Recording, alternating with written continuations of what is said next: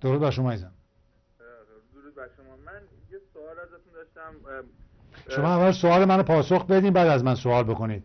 آیا این تلویزیون رو دوست دارین؟ بله. خب پس سوالتون مطرح کنید.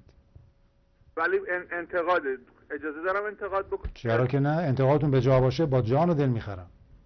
خب من برنامه شما رو دوست دارم و میدونم شما بسیار انسان صادقی هست. خب ولی چیزی که من رو الان یعنی اذیت داره میکنه، میبینم شما اینقدر دارید تلاش میکنید و متاسفانه اینی که الان میخوام بگم انتقاده. ما از یک کسی داریم طرفداری میکنیم که خودش نمیخواد بیاد جلو هیچ تلاشی بکنه. شما تو چه ببینید انتقاد، شما تو چه موقعیتی هستین که از طرف کسی دیگره که منظورتون شاهزاده رضا پهلوی است نمیخواد بیاد؟ شما اصلا تو اون کریبر نیستین که بخواد نظر بدین. مسلم این انتقاد شما بسیار مغرضانه است، به هیچ عنوان به اجازه نمیدم. شما سگ کی باشین که بخوان ایراد بگیرین؟ ایشون به پدرش رو آواره کردین، خودش رو آواره کردین، با تمام وجودش 37 ساله، با تمام مشکلاتی که براش بوده در صحنه سیاسی بوده، هر کس دیگه بود میگه آقایون شما چه به روز خانواده و پدر بزرگ من آوردین، حالا شما آوردین اظهار نظر میکنید، شما غلط زیادی میکنید. به شما گوش میکنید. الو، بهتون درود میگم، صحبت کنید لطفا.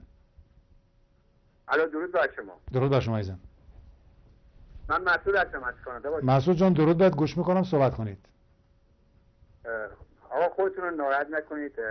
من یک سربازم، به همرزم من، به اون کسی که فرمانده ما میتونه باشه و شاهزاده پهلوی است، عاشقش هستیم، عاشق ایرانه و عاشق هویتمون هستیم و نماد سامانه پادشاهی است. کسی بخواد خط رو عوض بکنه من با قدرت جلوش میستم. بله آقای آریان دوست دارن شما رو عصبی کنن. نه عزیز من سربازم، به سادگی هم عصبانی نمیشم. من از این گنده ترش نتونسته من عصبانی بکنه.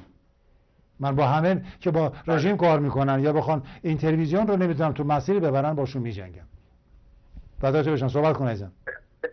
اجازه میدین من صحبت؟ خواهش میکنم عزیزم، خواهش میکنم. بله پیام من